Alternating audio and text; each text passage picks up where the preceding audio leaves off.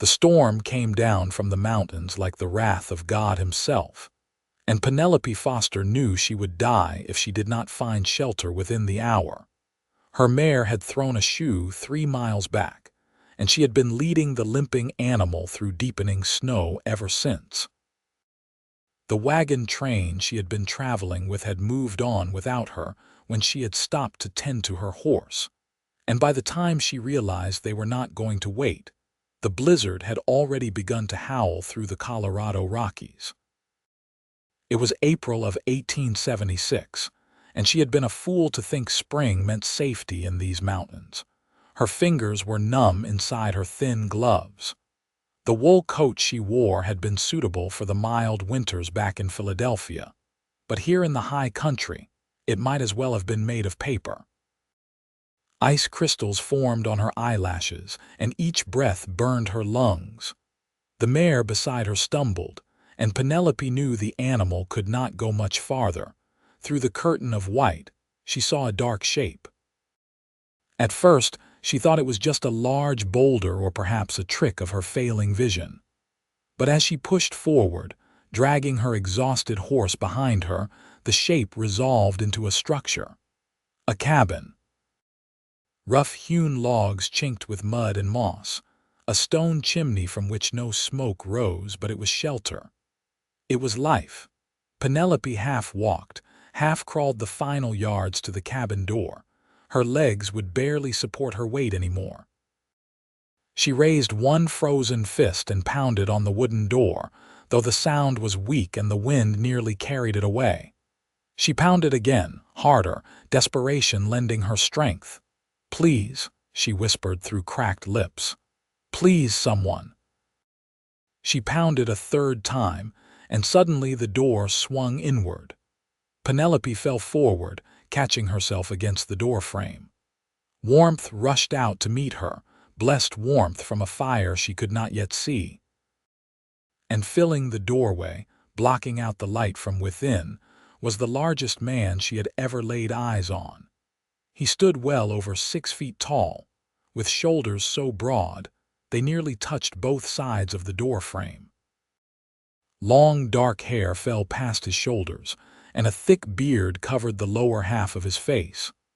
But it was his eyes that caught her attention, pale gray like the storm itself, and in them she saw surprise followed quickly by concern. "Help," Penelope managed to say, and then her legs gave out entirely. Strong arms caught her before she hit the ground. The man lifted her as easily as if she weighed nothing at all, pulling her into the cabin and kicking the door shut against the wind. He carried her across the single room to a bed covered in furs and laid her down gently. "You are frozen through," he said, his voice a deep rumble. "We need to get you warm." He moved away, and Penelope wanted to call him back, wanted to beg him not to leave her, but her teeth were chattering too hard to form words. She heard him moving around the cabin, heard the crackle of the fire growing louder as he fed it more wood. Then he was back beside her, his large hands working at the buttons of her sodden coat. "I need to get these wet things off you," he said, not looking at her face as he worked. "You will freeze if you keep them on." Penelope tried to help, but her fingers would not obey her.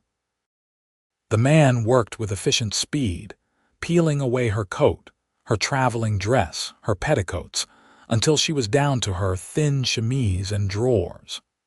She knew she should have been mortified, but all she could think about was how desperately cold she was.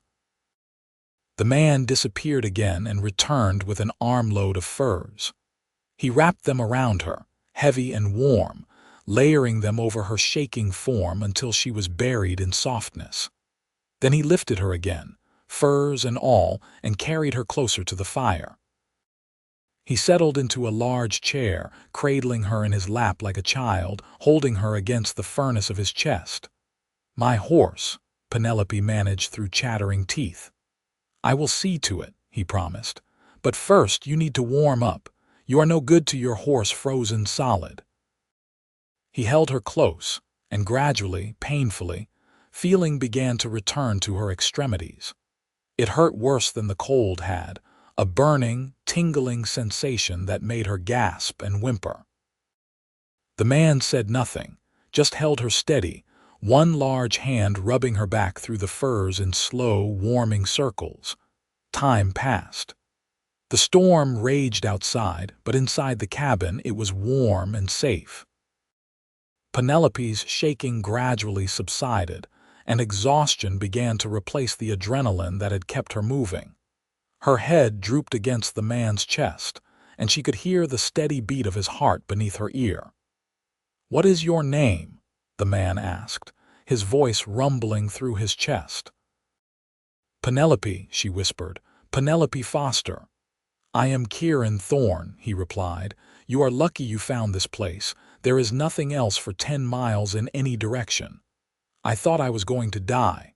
"You would have," he said simply. "This storm will last through the night at least, maybe longer, but you are safe now." Penelope felt tears prick at her eyes. Safe. She had not felt safe since leaving Philadelphia 6 months ago. She had not felt safe on the wagon train, surrounded by strangers. She had not felt safe in the rough frontier towns they had passed through. But here, in the arms of this mountain man she had just met, wrapped in his furs and held against his chest, she felt safe. "Your horse," Kieran said after another moment. "Where did you leave it?" "Right outside the door, I think." Kieran nodded. He shifted her carefully, settling her into the chair on her own, making sure the furs were tucked securely around her. "Stay here by the fire. I will bring your animal inside." "Inside?" "I have a small stable built onto the back of the cabin. The storm is too fierce to leave any creature outside tonight." He pulled on a heavy coat made of bearskin, so large it must have been made specifically for his frame. Then he opened the door, and the wind howled in, bringing with it a blast of icy air. Kieran stepped out into the storm and pulled the door shut behind him. Penelope sat huddled in the furs, staring at the fire. The cabin was simple but well built. One large room with the bed against the far wall, a rough table and 2 chairs near the fire, shelves holding supplies and equipment, hooks on the walls displaying various furs and hides. A door in the back wall must lead to the stable Kieran had mentioned. The place was scrupulously clean, everything in its place, the work of a man who lived alone and took pride in his space. The back door opened, and Penelope heard the familiar sound of her mare nickering. She heard Kieran's low voice talking to the animal, soothing and gentle. A few minutes later he came back into the main room, shaking snow from his hair and beard. "She will be fine," he told Penelope. "I gave her hay and water and she is already warming up. The thrown shoe is not too bad. I can fix it tomorrow when the storm passes." "Thank you," Penelope said. "I do not know how I can ever repay you." Kieran hung up his coat and came to crouch beside her chair. Up close, she could see his face more clearly. He was younger than she had first thought, perhaps in his early 30s. Despite the beard and the weathered look of a man who spent his life outdoors, his eyes were kind. "You do not owe me anything," he said. "Out here we help each other. It is the only way to survive." He reached out and touched her cheek with the back of his hand, a gesture so gentle it made her breath catch. "You are warming up," he said, "but you need something hot inside you. I have stew." He rose and moved to the fire where a pot hung on a hook over the flames. He ladled thick stew into a wooden bowl and brought it back to her, along with a spoon. Penelope tried to take it, but her hands were still shaking too badly. "Let me," Kieran said. He pulled the other chair close and sat facing her, taking the bowl and spoon. He blew on a spoonful to cool it, then lifted it to her lips. Penelope felt heat rise in her cheeks that had nothing to do with the fire. No one had fed her since she was a small child, but she was too weak and too hungry to protest. She opened her mouth and accepted the spoon. The stew was rich and savory, thick with venison and vegetables, and it was the most delicious thing she had ever tasted. Kieran fed her slowly, patiently, making sure each spoonful was cool enough before offering it to her. Between bites, Penelope studied his face. He had a strong jaw beneath the beard, a straight nose that looked like it had been broken at least once, and those remarkable gray eyes. His hands, despite their size and obvious strength, were careful and gentle as he held the spoon. "Where were you headed?" he asked as she ate. "California," Penelope said. "I was with a wagon train. We were supposed to stay together, but my horse threw a shoe, and when I stopped to check it, they kept going. I thought I could catch up, but then the storm came." Kieran's jaw tightened. "They should not have left you." "The wagon master said we could not afford delays. He said anyone who could not keep up would have to be left behind." "He is a fool," Kieran said flatly. "And now you are here and they are out in that storm. I wonder who made the better choice." Despite everything, Penelope found herself smiling. There was something reassuring about his certainty, his calm confidence. She finished the bowl of stew, and Kieran set it aside. Her eyelids were growing heavy, the warmth and food and exhaustion all combining to pull her toward sleep. "You need to rest," Kieran said. He scooped her up again, furs and all, and carried her to the bed. He laid her down gently and tucked the furs around her, then added another heavy bearskin over the top. "What about you?" Penelope asked sleepily. "Where will you sleep?" "I will be fine," he assured her. "I have slept in much worse places than a chair by the fire. I cannot take your bed. You can and you will." His tone brooked no argument. "Sleep now. You are safe." Penelope wanted to protest further, but her eyes would not stay open. The bed was soft, the furs warm, and for the first time in months she felt truly protected. As she drifted off to sleep, she was aware of Kieran moving around the cabin, banking the fire, checking the door, settling into his chair. And she felt a strange sense of peace, knowing he was there, watching over her through the storm. When Penelope woke, pale light was filtering through the cabin's single window. The storm was still raging outside, though perhaps not quite as fiercely as the night before. The fire was burning steadily, and the smell of coffee and frying bacon filled the air. She sat up slowly, still wrapped in the furs. Her clothes from the previous night were hanging on a line near the fire, dry now. Kieran stood at the hearth, tending a pan. He had tied his long hair back from his face, and she could see the strong line of his profile. "Good morning," he said without turning around. "How do you feel?" "Better," Penelope said, and it was true. She was warm and rested, and the desperate cold that had invaded her bones was gone. "Thank you for taking care of me. It is what anyone would do."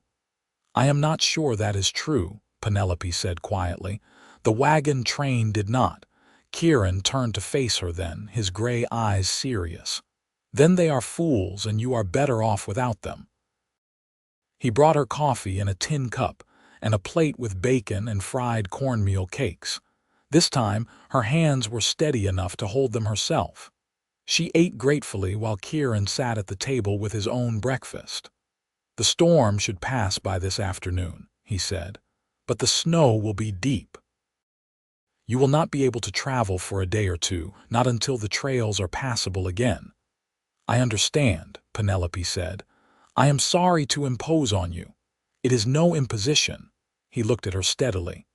"I live alone by choice, but that does not mean I am not glad for company now and then." "How long have you been here?" "5 years," Kieran said. "I came west after the war. I wanted somewhere quiet, somewhere far from people and their wars and their politics. I found this valley, built this cabin, and I have been here ever since." "What do you do?" "I mean for work." "I trap," he said.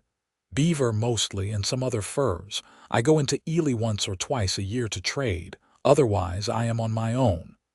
"Ely," Penelope repeated. "Is that the nearest town?" Yes, about 30 miles east of here, back down the mountain. It is a mining town, silver mostly. Rough place, but the trader there is honest, and that is all I need. Penelope sipped her coffee, thinking. She had been heading for California, but what was in California for her, really? She had no family, no prospects. She had been running away from Philadelphia and her father's debts, hoping to find work as a teacher or a governess in one of the new western towns. But that seemed like a foolish dream now. "What will you do?" Kieran asked, as if reading her thoughts. "When the snow clears?" "I do not know," Penelope admitted. "I suppose I could try to catch up with the wagon train, but I do not know if I want to. They left me to die. Why would I want to rejoin them?" "You would not," Kieran said firmly. "You could go to Ely. There are always people coming and going through there. You could find another wagon train heading west, or you could stay. They always need teachers and such in those mining towns." "Maybe," Penelope said, but she felt uncertain. The thought of going to a rough mining town full of strangers held little appeal. The thought of leaving this cabin, leaving Kieran's protection, made her chest tighten with anxiety. They spent the day quietly. The storm continued to rage outside, but inside the cabin was warm and comfortable. Kieran did various small chores, mending a harness, sharpening his knives, checking his traps and supplies. Penelope mended a tear in her dress and watched him work. There was something mesmerizing about the way he moved, the easy confidence of a man completely at home in his environment. "Where did you learn to do all this?" she asked as she watched him work leather with his large, capable hands. "Here and there," he said. "Some I learned in the army, some from trappers I met when I first came west, some I taught myself through trial and error." "You were in the army?" "Yes, during the war. I was young and stupid and thought it would be an adventure." His face darkened. "I learned differently soon enough." "I am sorry," Penelope said softly. "It must have been terrible." "It was." He looked up at her, his gray eyes haunted. "That is why I came here. I saw enough of killing and dying to last me several lifetimes. I wanted peace and quiet and to be left alone. And then I showed up on your doorstep," Penelope said with a small smile. His expression softened. "That is different. You needed help. I will always help someone who needs it. But the towns, the crowds, the politics, all of that I can do without." They fell into a comfortable silence. Penelope found herself relaxing in a way she had not been able to relax in years. There was something about Kieran's presence that made her feel safe, protected. He was strong and capable, yes, but more than that, he was steady. He was a man who knew who he was and what he wanted, and there was a deep peace in him that called to something in her own soul. As evening approached, Kieran made them supper. He was surprisingly good at cooking, and Penelope said as much. "When you live alone, you learn to cook or you starve," he said with a hint of amusement. "I prefer not to starve." After supper, they sat by the fire. Kieran had offered Penelope the comfortable chair, but she had settled on the floor instead, wrapped in one of the soft furs, close enough to feel the heat of the flames. Kieran sat in his chair, long legs stretched out before him, and told her stories of his life in the mountains. He told her about the time he had tracked a wolf pack for 3 days in the dead of winter, not to kill them but simply to observe them. He told her about finding a hidden valley where elk gathered in such numbers it looked like a living sea. He told her about the seasons in the high country, the brief, glorious summer when wildflowers covered the meadows, the golden aspen leaves of autumn, the harsh but beautiful winters. Penelope listened, entranced. The way he spoke of this wild land made it come alive in her mind. She could see the things he described, feel the cold wind and the warm sun, hear the elk bugling and the wolves howling. He painted pictures with his words, this quiet mountain man who claimed to want solitude. "You love it here," she said when he paused. I do, he agreed. It is hard and it is lonely sometimes, but it is real. There are no pretenses in the mountains. Things are what they are, simple and true. I think I understand that, Penelope said. Back in Philadelphia, everything was about appearances, about what people thought. My father was drowning in debt, but we had to pretend we were still wealthy. We had to keep up the facade even as everything crumbled around us. Is that why you left? Yes. When my father died, the creditors came for everything. I had nothing left, no money, no prospects. I could have tried to marry, but the only men interested were old or cruel or both. So I used the last of my money to buy a place on a wagon train west. I thought I could start over, become a teacher maybe, build a new life.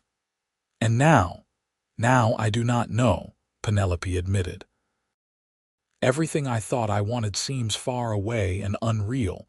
This here feels more real than anything has in a very long time.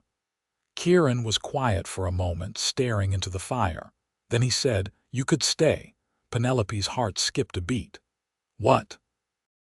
"You could stay here," he said, not looking at her. "The cabin is small, but I could build an addition. You could have your own space. It is a hard life, but it is a good one. You would be safe, and you would not have to worry about finding work or a place to live." "Kieran, I could not impose on you like that. It would not be an imposition." He finally looked at her, and the intensity in his gray eyes made her breath catch. "I have been alone for 5 years, Penelope. I chose that, and mostly I have been content with it. But having you here these past 2 days, it has reminded me what I have been missing. I am not saying you have to decide now, but think about it. You do not have to go back to a world that hurt you. You could stay here." Penelope stared at him, her mind reeling. Stay here. Live with this mountain man in his cabin in the wilderness. It was mad. It was impractical. It was everything she should not want. But the more she thought about it, the more the idea took root in her heart. What did she have waiting for her in California? Nothing. No family, no friends, only the vague hope of finding work. Here she had a place, a home. She had Kieran, this strong, gentle man who had saved her life and asked nothing in return. "I will think about it," she said quietly. He nodded, seeming satisfied with that answer. They sat in silence for a while longer, and then Kieran rose and stretched. "You should sleep. Take the bed again." "Only if you share it," Penelope said, and then immediately blushed at her own boldness. "I mean, it is large enough for both of us, and I cannot keep taking your bed while you sleep in a chair. That is not fair." Kieran looked uncertain. "I do not want you to be uncomfortable." "I trust you," Penelope said simply. "You have been nothing but a gentleman. And you need your rest as much as I do." After a long moment, Kieran nodded. "All right, but I will stay on top of the furs and you stay underneath. That way there is a barrier between us." It was a reasonable compromise, and Penelope agreed. She settled into the bed, burrowing under the heavy furs while Kieran lay on top of them, still fully dressed. The bed was just barely large enough for both of them, and Penelope was acutely aware of his presence beside her, the warmth radiating from his large frame, the sound of his breathing. "Good night, Penelope," he said softly into the darkness. "Good night, Kieran." She fell asleep feeling safer than she had in years, and if her dreams were full of gray eyes and strong arms and a future she had never imagined, well, that was her secret. The next morning, the storm had finally passed. Penelope woke to brilliant sunlight streaming through the window and Kieran already up, making breakfast. She stretched, feeling more rested than she had in months, and realized with a start that she had slept pressed against Kieran's back, her hand resting on his arm. She sat up quickly, her face flushing, but if he had noticed, he gave no sign. After breakfast, Kieran went to check on Penelope's horse. He came back with good news. "She is sound except for that shoe. I can fix it today. The trails will still be difficult, but if you are determined to go, you could make it to Ely in a day or two." "If I am determined to go," Penelope repeated. She took a deep breath. She had been thinking about his offer all night, turning it over in her mind, examining it from every angle. It was impractical. It was improper. It was everything she had been raised to believe was wrong. But it also felt right in a way nothing else ever had. "What if I wanted to stay?" she asked, her voice barely above a whisper. Kieran went very still. He had been working at the fire, but now he straightened and turned to face her. "Are you saying you want to?" "Maybe," Penelope said. "I need to understand what that would mean. What would you expect from me? What would my role be here?" Kieran crossed the room and sat down across from her at the table. His expression was serious, thoughtful. "I would expect you to pull your own weight, same as I do. The work here is hard. There is cooking and cleaning, mending and preserving food, tending the garden in summer. If you stay, you would need to learn how to survive in the mountains, how to shoot and trap and read the weather. You would need to be a partner, not a guest." "I can do that," Penelope said. "I am not afraid of hard work. And as for sleeping arrangements," Kieran continued, his voice careful, "I would build an addition to the cabin. You would have your own room, your own space. I am not asking you to be anything other than what you want to be. If all you want is a safe place to live and work, that is fine. But if someday you wanted more, if you wanted to be my wife in truth, I would welcome that too."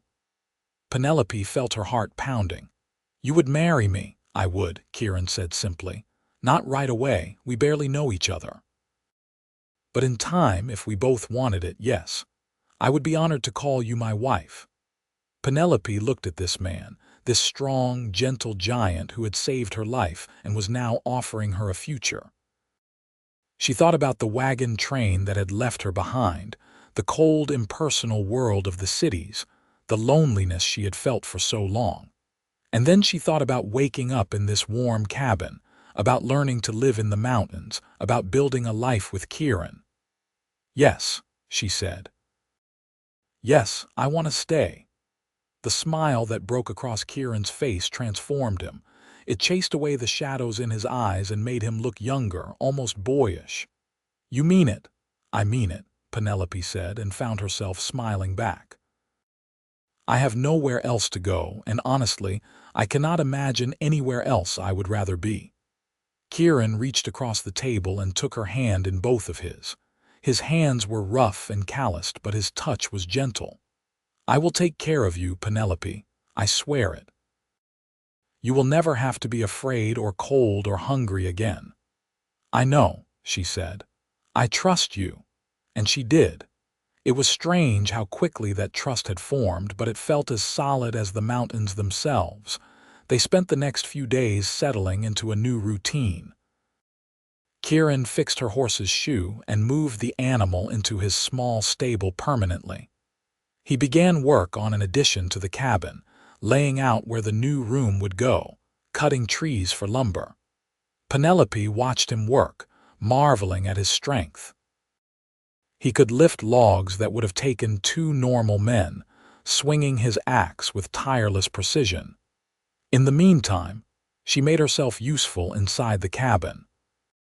She cleaned more thoroughly than Kieran had, not that his housekeeping had been bad, but she found places where dust had accumulated, cracks that needed filling.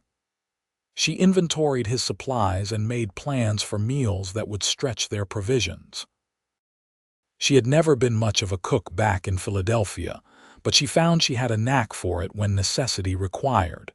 In the evenings, they would sit by the fire and talk. Kieran was a good listener, and Penelope found herself telling him things she had never told anyone. She told him about her mother, who had died when she was 12, and how her father had never recovered from the loss. She told him about the loneliness of being an only child in a house full of ghosts and debts.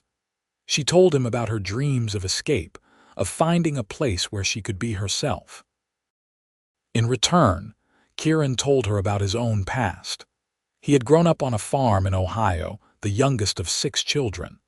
He had joined the army at 17, looking for adventure, and had found only horror. He had fought at Gettysburg and seen things no man should see. When the war ended, he could not go back to the farm, could not pretend to be the same person he had been. So he had come west, seeking peace. "Do you regret it?" Penelope asked one night. "Coming here, living alone?" "I did not," Kieran said slowly. "But lately I have been wondering if maybe I was running away rather than towards something.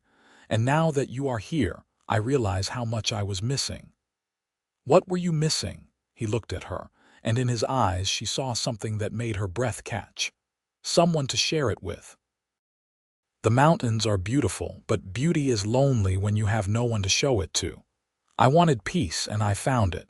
But peace without connection is just isolation. I did not realize that until you came." Penelope felt warmth bloom in her chest. They were sitting close together by the fire, and without really thinking about it, she reached out and took his hand.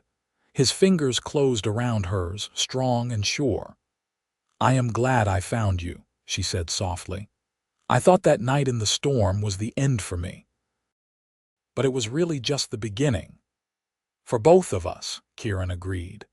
That night when they lay down to sleep, Kieran was still on top of the furs and Penelope underneath, but they fell asleep holding hands, their fingers intertwined in the darkness. Spring slowly came to the mountains.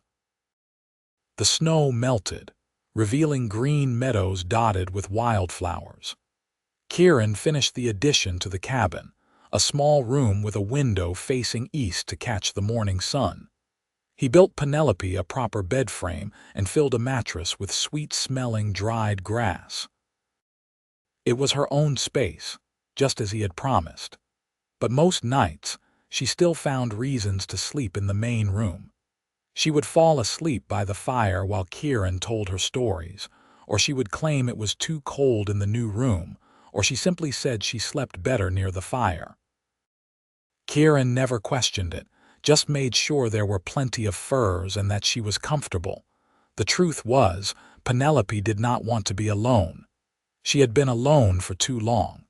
She wanted to be near Kieran, to hear his breathing, to know he was close.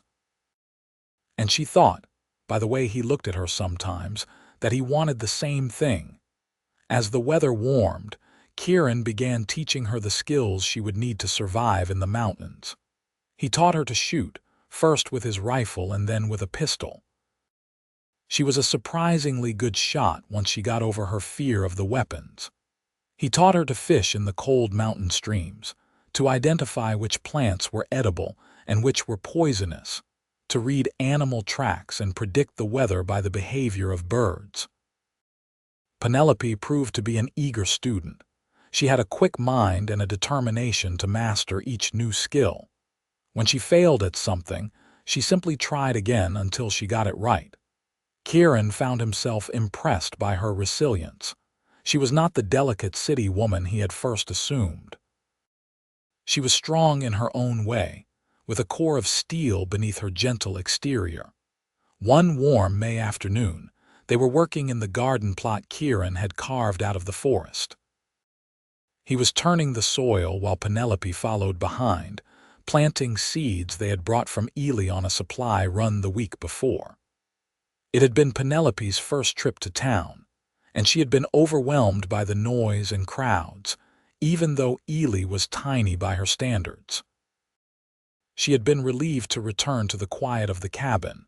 "This is nice," Penelope said, sitting back on her heels and wiping dirt from her hands. "I like the feeling of putting things in the ground knowing they will grow." "It is satisfying," Kieran agreed. He leaned on his shovel watching her. She had tied her dark hair back with a ribbon, and the sun brought out golden highlights he had never noticed before. Her face was slightly flushed from the work, and there was a smudge of dirt on her cheek. She looked beautiful. "What?" Penelope asked, noticing his stare. "Nothing," Kieran said. "Just thinking how glad I am that you stayed." Penelope smiled, that warm, open smile that transformed her face. "I am glad, too. I cannot imagine being anywhere else now." She stood and walked over to him, and before Kieran quite realized what she was doing, she reached up and kissed him. It was a quick kiss, barely more than a brush of her lips against his, but it sent electricity shooting through his entire body. Penelope pulled back, her eyes wide, as if surprised by her own boldness. "I am sorry. I should not have." Kieran dropped the shovel and pulled her to him, kissing her properly this time.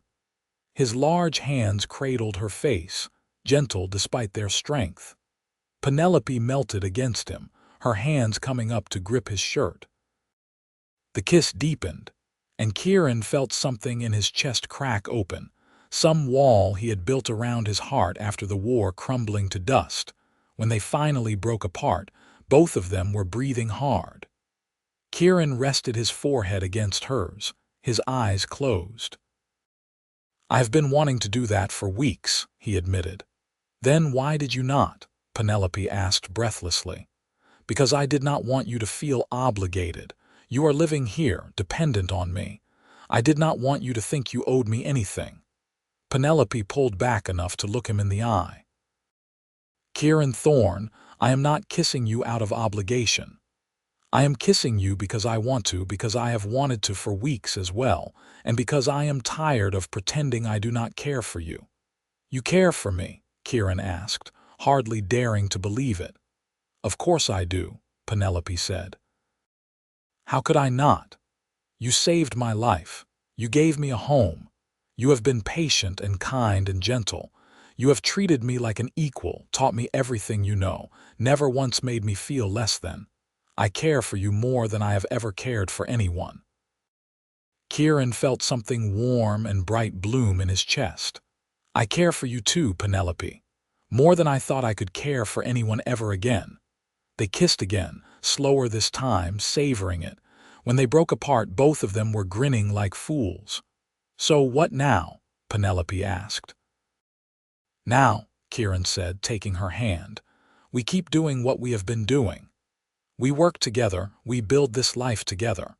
And when you are ready, when we both are, we make it official. I will take you to Ely and we will find a preacher and I will marry you proper." "I would like that," Penelope said softly. "I would like that very much." The summer passed in a golden haze. Kieran and Penelope worked side by side, tending the garden, preserving food for winter, repairing equipment and improving the cabin. The addition Kieran had built became a storage room, because Penelope had quietly moved all her belongings into the main room, into Kieran's bed. They had not discussed it, had not made any formal arrangement, but it had happened naturally, inevitably. They were careful with each other, mindful of propriety even in their isolation. They shared a bed, but they slept wrapped in each other's arms, content with kisses and gentle touches. There would be time for more once they were properly married. Both of them felt strongly about that. They wanted to do things right. In late July, Kieran took Penelope on a trek high into the mountains, to a hidden valley he had discovered his first year in the wilderness. It took them 2 days to reach it, traveling on horseback and then on foot for the final climb. But when they crested the ridge and looked down into the valley, Penelope gasped. It was a perfect bowl carved into the mountains, with a crystal-clear lake in the center. Wildflowers covered the meadows in a riot of color, purple and yellow and white. Elk grazed peacefully by the water's edge and eagles soared overhead. The air was thin and clear, and the silence was profound. "This is the most beautiful place I have ever seen," Penelope whispered, afraid to disturb the peace. "I wanted to share it with you," Kieran said. "This is my favorite place in all the world." They made camp by the lake and spent 2 days there, just the two of them and the wilderness. They swam in the cold water, shrieking and laughing. They lay in the sun-warmed grass and watched clouds drift across the brilliant blue sky. They talked about everything and nothing, making plans for the future, dreaming about what their life might look like. "How many children do you want?" Penelope asked, lying with her head on Kieran's chest, listening to the steady beat of his heart. "I do not know," Kieran said, playing with a strand of her hair. "I had not really thought about it. I assumed I would never marry, never have a family. But now, with you, I think I would like several. 2 or 3, maybe. What about you?" "I always wanted a large family," Penelope admitted. "I hated being an only child. It was so lonely. I want our children to have brothers and sisters, to never feel alone the way I did." "Then we will have as many as you want," Kieran promised. He pulled her closer, kissing the top of her head. "I want to give you everything, Penelope. Everything you have ever wanted. You already have," she said. "You have given me a home and safety and love. What more could I ask for?" "A proper marriage," Kieran said. "A name that is legally yours. I know we are living as husband and wife already, but I want to make it official. What do you say we go to Ely next month, find a preacher, and do this properly?" Penelope sat up and looked at him, her eyes shining. "Are you proposing to me, Kieran Thorne?" "I am," he said, sitting up as well. He took both her hands in his. "I do not have a ring, and this is not a very traditional proposal, but I love you, Penelope Foster. I want you to be my wife in the eyes of God and the law and everyone else.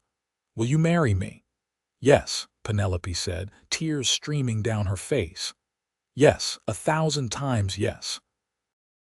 They held each other as the sun set over the hidden valley, painting the sky in shades of gold and crimson.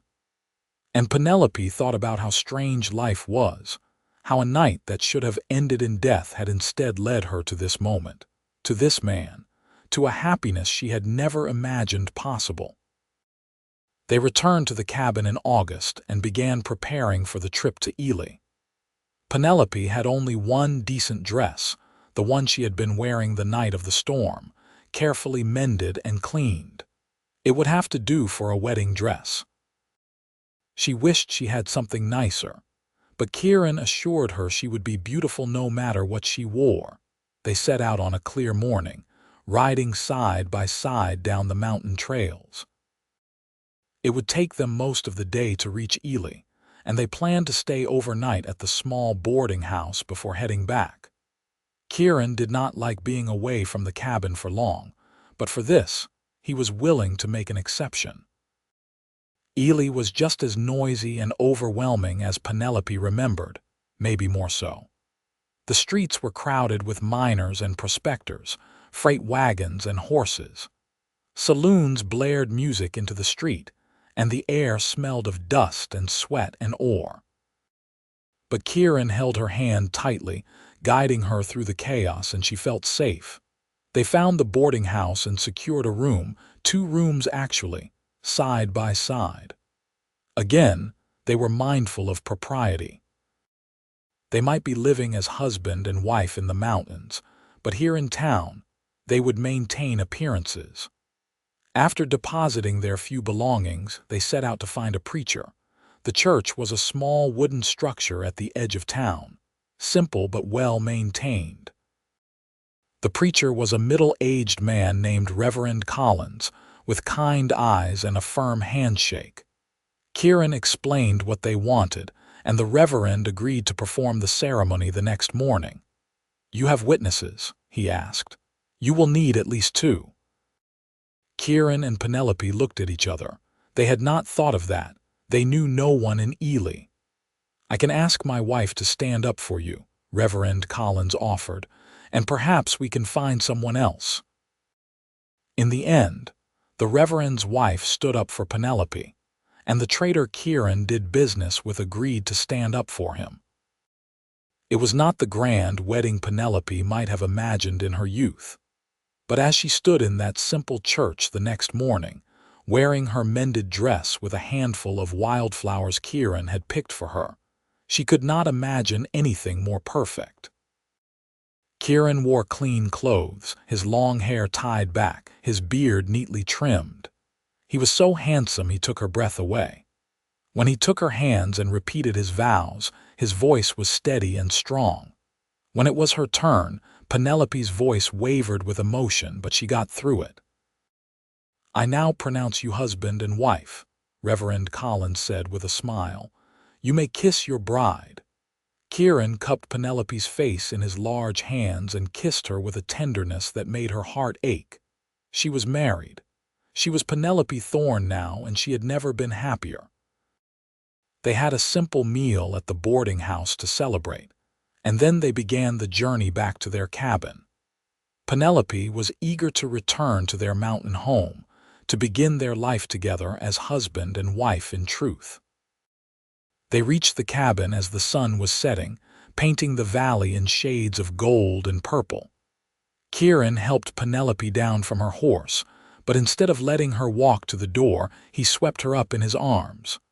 "What are you doing?" Penelope laughed. "Carrying my bride over the threshold," Kieran said with a grin. "It is tradition." He carried her into the cabin and set her down gently. The fire was cold, but they had light enough from the setting sun. Kieran closed the door and turned to face his wife. "Hello, Mrs. Thorne," he said softly. "Hello, Mr. Thorne," Penelope replied, her heart racing. They came together in a kiss that was different from all the others, deeper and more intense, knowing that tonight there would be no barriers between them. Kieran was gentle, mindful of her inexperience, and Penelope trusted him completely. They made love as the stars came out, and the night sounds of the forest filled the air around their cabin, and Penelope felt complete in a way she had never felt before. Afterwards, lying in Kieran's arms with her head on his broad chest, Penelope thought about the path that had led her here. If her father had not died, if she had not gone west, if the wagon train had not left her behind, if the storm had not come, if she had not found this cabin, she would never have known this happiness. "What are you thinking?" Kieran asked, his deep voice rumbling through his chest. "That I am grateful," Penelope said, "for everything, even the hard parts, because they led me to you." Kieran tightened his arms around her. "I am grateful too. I thought I wanted to be alone, but I was wrong. I was just waiting for the right person. I was waiting for you." The first year of their marriage passed quickly. The seasons turned, autumn bringing brilliant color to the aspen groves, winter bringing deep snow and cozy nights by the fire. Penelope learned and grew, becoming more confident in her skills, more at home in the wilderness. She could shoot straight, track game, read the weather, and a dozen other things she never would have learned in Philadelphia. But more than that, she was happy. Deeply, profoundly happy in a way she had never been before. Kieran was everything a husband should be: strong, gentle, protective, loving. He never raised his voice to her, never made her feel small or stupid. He valued her opinions, asked for her input, treated her as a true partner. In the spring, Penelope realized she was pregnant. She had suspected for a few weeks, but when she finally told Kieran, she was nervous. They had talked about children, but wanting them and having them were different things. She need not have worried. Kieran's face lit up with joy, and he swept her into his arms, spinning her around until she shrieked with laughter. "We are going to have a baby," he said, his voice full of wonder. "Penelope, we are going to be parents." "We are," she agreed, tears of happiness streaming down her face. Kieran became even more protective during her pregnancy, if that was possible. He would not let her lift anything heavy, would not let her work too hard. Penelope tried to argue that she was pregnant, not an invalid, but Kieran was stubborn. He wanted to take care of her, to make sure she and the baby were safe. As summer turned to fall and Penelope's belly grew round, they made preparations. Kieran built a cradle from smooth pine, carving little animals into the sides. Penelope sewed tiny clothes from soft fabric they had bought in Ely. They talked about names and made plans for the future. "What if something goes wrong?" Penelope asked one night, voicing the fear she had been trying to ignore. "What if the baby comes and there is a problem? We are so far from town, from a doctor."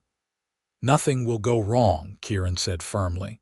He pulled her close, his large hand resting protectively on her belly. You are strong and the baby is healthy. I can feel it. And I will be with you every moment. I will not let anything happen to you. You cannot promise that, Penelope said quietly. I can promise I will do everything in my power to keep you safe, Kieran said. And if there is a problem, I will ride to Ely faster than any man has ridden before. But there will not be a problem. Trust me. And Penelope did trust him, with her life and with their child's life. So she pushed her fears aside and focused on preparing for the baby's arrival. The baby came in early November, on a cold, clear night when the stars blazed in the sky like diamonds. Penelope's labor was long and hard, and there were moments when she thought she could not bear it. But Kieran stayed with her through it all, holding her hand, wiping her forehead, encouraging her with his steady presence. And then, just before dawn, their son was born.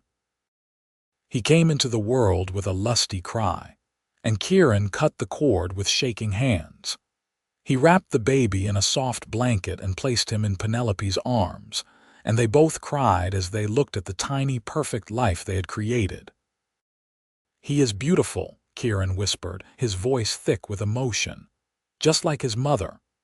He has your eyes, Penelope said, looking at the baby's face. Even though all newborns had blue eyes, she could already see they would turn gray like his father's.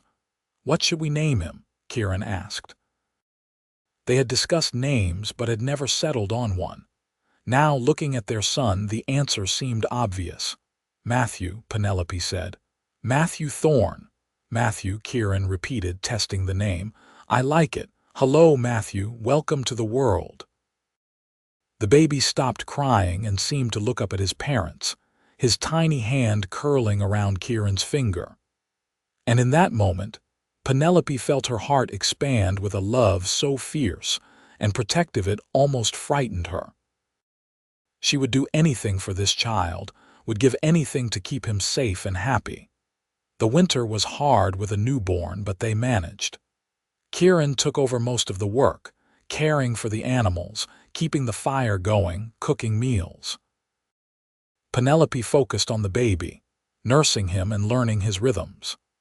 Matthew was a good baby, healthy and strong, with his father's sturdy build and his mother's dark hair.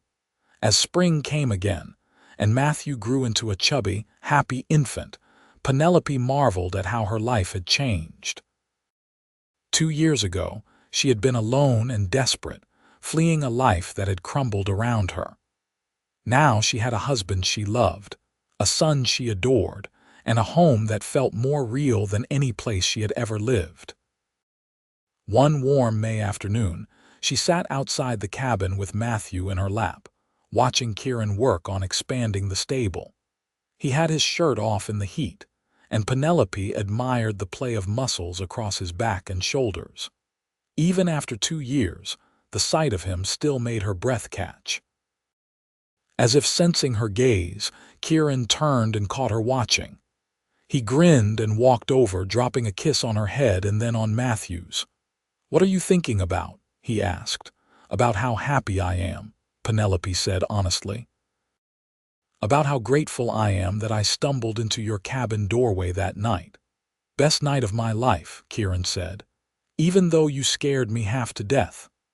"I was pretty pathetic, was I not?" "You were freezing and exhausted and terrified," Kieran corrected, "but you were also brave. You kept going when anyone else would have given up. You found help. You survived." "We survived," Penelope said, "and now we are thriving." Kieran sat down beside her in the grass, his arm going around her shoulders. Matthew grabbed at his father's beard, and Kieran made exaggerated sounds of pain that made the baby giggle. "You ever regret it?" Kieran asked suddenly. "Staying here, I mean. Do you ever wish you had gone to California, seen more of the world?" "Never," Penelope said firmly. "This is exactly where I want to be. Here with you, with our son in this place. I have everything I could ever want." "Me too," Kieran said softly. He kissed her, a gentle kiss full of love and promise. Matthew squirmed between them, demanding attention, and they both laughed. The years passed in a rhythm of seasons and growth. Matthew grew into a sturdy, curious toddler, always exploring, always getting into things. When he was 3, Penelope became pregnant again, and this time their daughter was born, a tiny red-faced thing they named Sarah. 2 years after that came another boy whom they named Daniel. The cabin grew to accommodate their expanding family. Kieran built another addition, creating 2 small bedrooms for the children. He built furniture and toys, carved wooden animals and dolls. Penelope taught the children their letters and numbers, read them stories, sang them songs. Together, she and Kieran taught them about the mountains, about respecting nature and living in harmony with the wild. It was not always easy. There were winters when food ran short, summers when the garden failed, times when the children were sick and Penelope and Kieran stayed up all night in fear and prayer. But they weathered every storm together, their love for each other and their children giving them strength. Matthew grew tall and strong like his father, with the same steady temperament and love of the mountains. Sarah was small and fierce, with her mother's determination and a stubborn streak a mile wide. Daniel was the dreamer, always asking questions, always wondering about the world beyond their valley.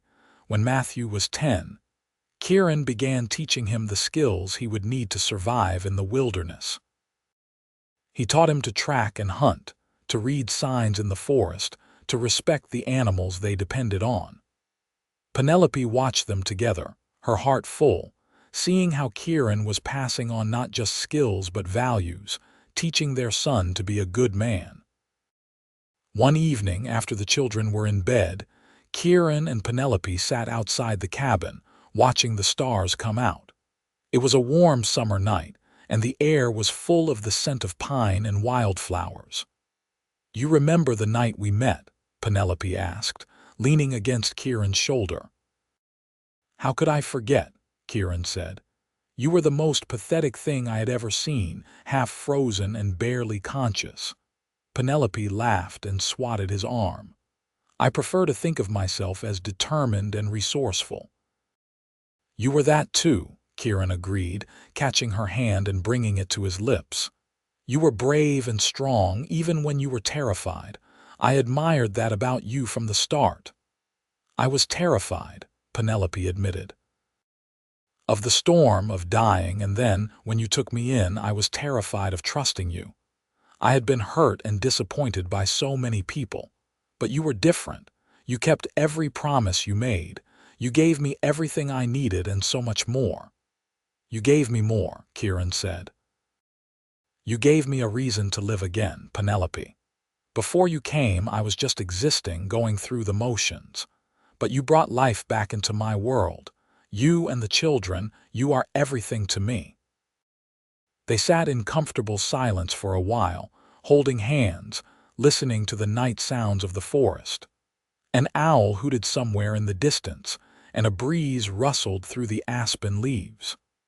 "I want to take the children to the hidden valley," Kieran said suddenly. "The place I showed you before we got married. I want them to see it, to know that place." "I think they would love that," Penelope said. "When should we go?" "Next month, maybe. Before the weather turns. We will make it an adventure, camp out for a few days. What do you think?" "I think it is a wonderful idea." So in late August, the Thorne family set out for the hidden valley. It took them 3 days to reach it, traveling slowly with the children. But when they finally stood on the ridge overlooking that perfect bowl of beauty, it was worth every difficult mile. The children were enchanted. They ran through the wildflower meadows, splashed in the cold lake, watched eagles soar overhead. At night they camped under the stars, and Kieran told them stories of the mountains, of the animals that lived there, of the long history of the land. On their last night in the valley, after the children had fallen asleep, Penelope and Kieran walked down to the lake's edge. The moon was full, turning the water to silver, and the silence was profound. "This is where you proposed to me," Penelope said softly. "Best decision I ever made," Kieran replied. He pulled her close and they stood together looking out over the water. "You think they will stay?" Penelope asked. "The children, I mean. When they grow up, do you think they will want to stay in the mountains or will they want to see the world?" "I do not know," Kieran said honestly. "Matthew seems to love it here as much as I do, but Sarah and Daniel, they might want something different, and that will be all right. We will love them and support them no matter what they choose." "You are a good father," Penelope said. "I learned from a good mother," Kieran replied. They made love that night beside the lake, under the stars, in the place where Kieran had first proposed. And Penelope thought about how far they had come, from that desperate night in the storm to this moment of perfect peace and happiness. The years continued to flow like the mountain streams, steady and sure. The children grew. Matthew, at 16, was nearly as tall as his father and could track a deer through the forest as well as any man. He was quiet and serious, with his father's gray eyes and his mother's thoughtfulness. Sarah, at 13, was small but fierce, afraid of nothing. She could outshoot her brothers and ride better than either of them. She had announced at age 10 that she intended to be a scout or a guide when she grew up, and no amount of discussion about what was proper for young ladies could dissuade her. Daniel, at 11, was still the dreamer. He loved to read the few books they had, wore them thin with use. He wanted to know everything about everything, peppered his parents with endless questions. Kieran sometimes worried that Daniel would not be happy with their simple life, that he would need more than the mountains could offer. When Matthew turned 18, Penelope thought he might want to leave, to see something of the world before settling down. But instead, he asked his father to help him build a cabin of his own, just a mile down the valley. He had been courting a girl from Ely, the daughter of the trader Kieran did business with, and he wanted to bring her home as his wife. Penelope cried when Matthew told them, though she tried to hide it. Her baby was grown, ready to start his own family. But they were happy tears because Matthew was happy and he was staying close. She would still get to see him, still be part of his life. The wedding was held in Ely, just as Penelope and Kieran's had been. Matthew's bride, Alice, was a sweet girl with a practical streak and a genuine love for Matthew that showed in every glance. After the wedding, Matthew brought her home to the valley, to the cabin he had built with his father's help. And life continued, another generation taking root in the mountains. Sarah, to no one's surprise, announced at 17 that she was not interested in marriage. She wanted to work as a guide, helping people navigate the mountain trails. Kieran was reluctant at first, worried for her safety, but Penelope reminded him that they had raised their daughter to be strong and capable. They could not shelter her forever. So Sarah began working as a guide, and she was good at it. She knew the mountains as well as her father did, and she had a gift for reading people, for knowing what they needed. She led hunting parties and surveying expeditions, and slowly built a reputation as one of the best guides in the territory. Daniel, as everyone had predicted, wanted to go to school. When he was 16, he announced that he wanted to go to Denver to attend the university there. It broke Penelope's heart, but she knew they had to let him go. They could not keep their children trapped in the valley, no matter how much they loved it there. They took Daniel to Denver, saw him settled in a boarding house near the university, and left him there with tears and promises to write. The trip back to the cabin was long and quiet, both Penelope and Kieran dealing with the loss of their youngest child. "He will be fine," Kieran said, trying to convince himself as much as Penelope. "He is smart and capable. He will thrive there."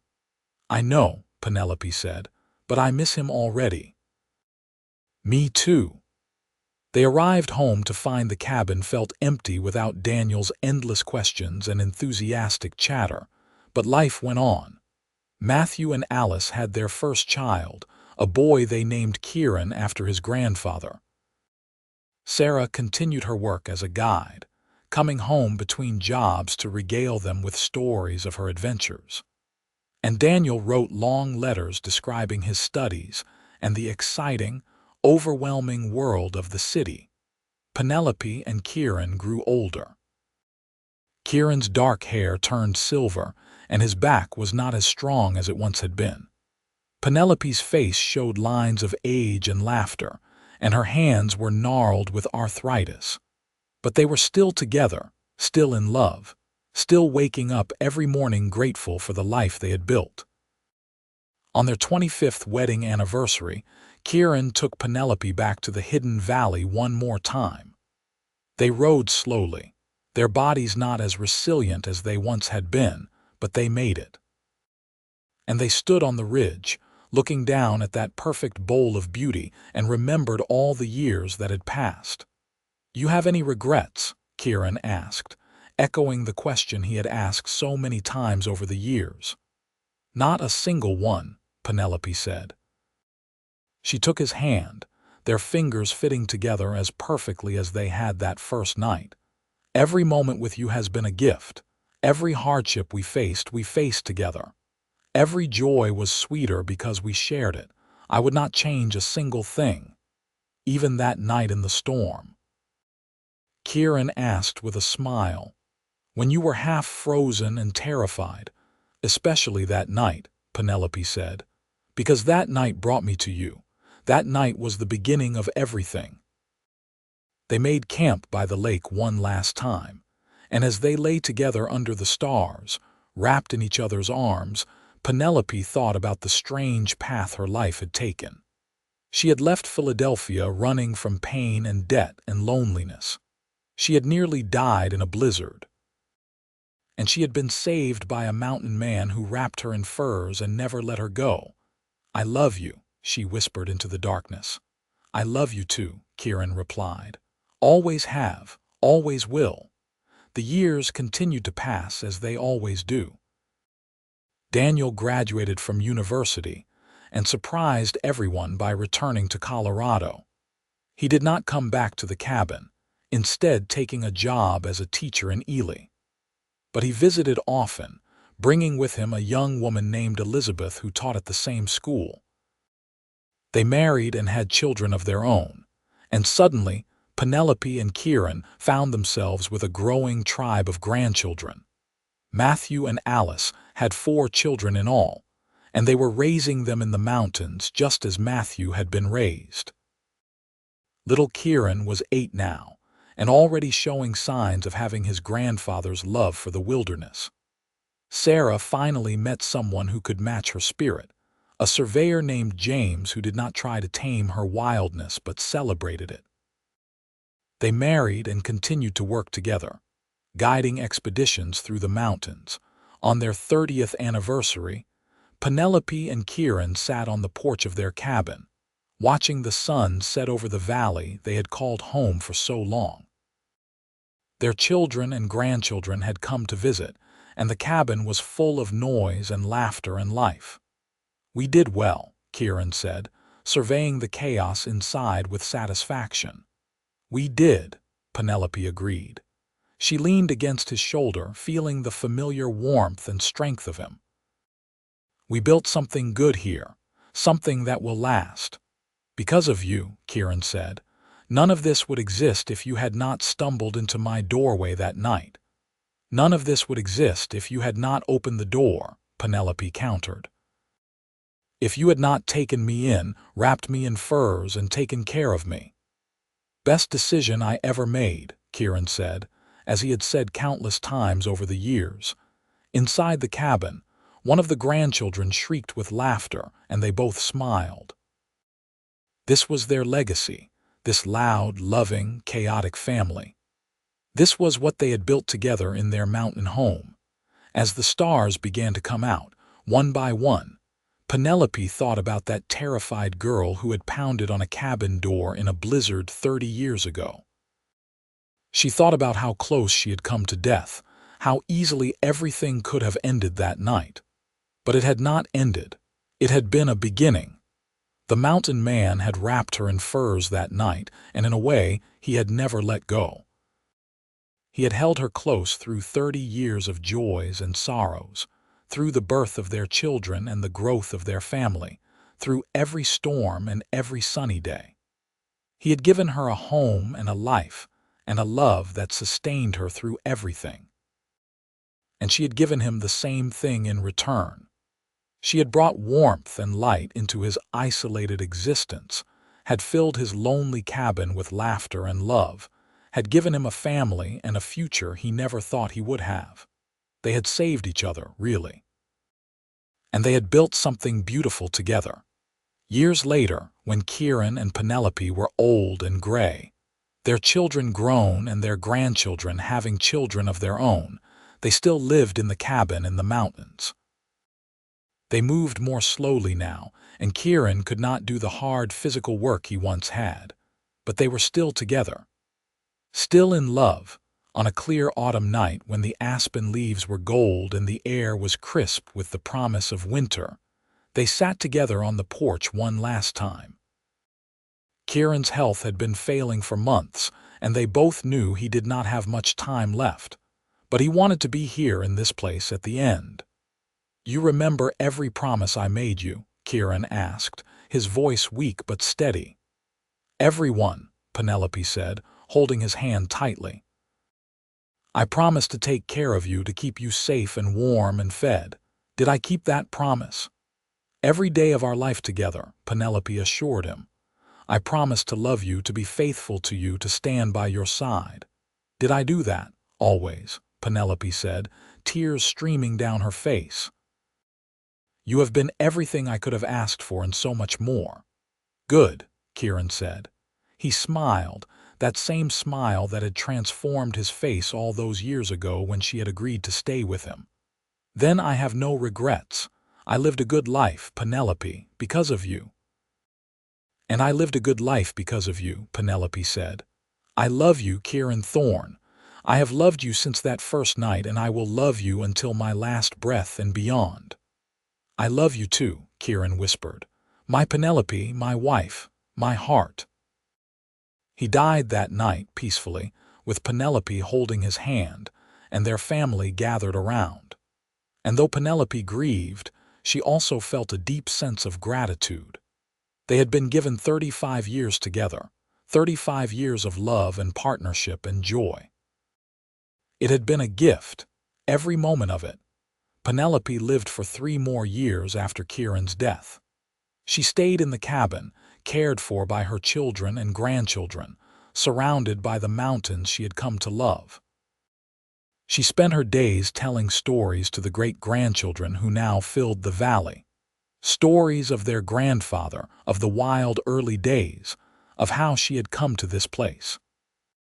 And when her own time came, on a warm spring morning with the wildflowers blooming and the sun streaming through the windows, Penelope died peacefully in the bed she had shared with Kieran for so many years.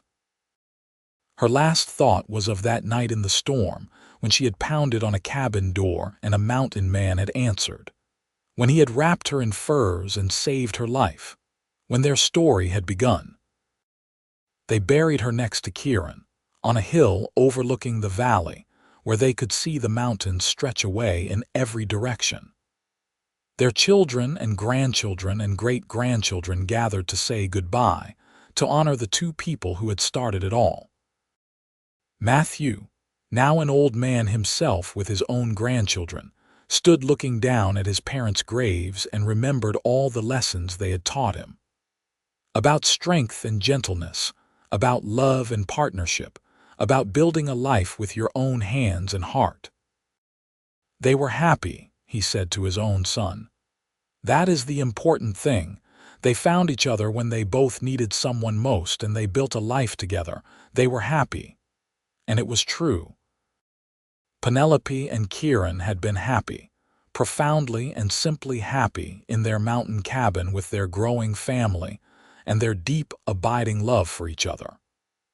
The storm that had nearly killed Penelope had instead brought her to the place she was meant to be, to the person she was meant to be with. The cabin still stood, maintained by the family, a monument to the love story that had started there.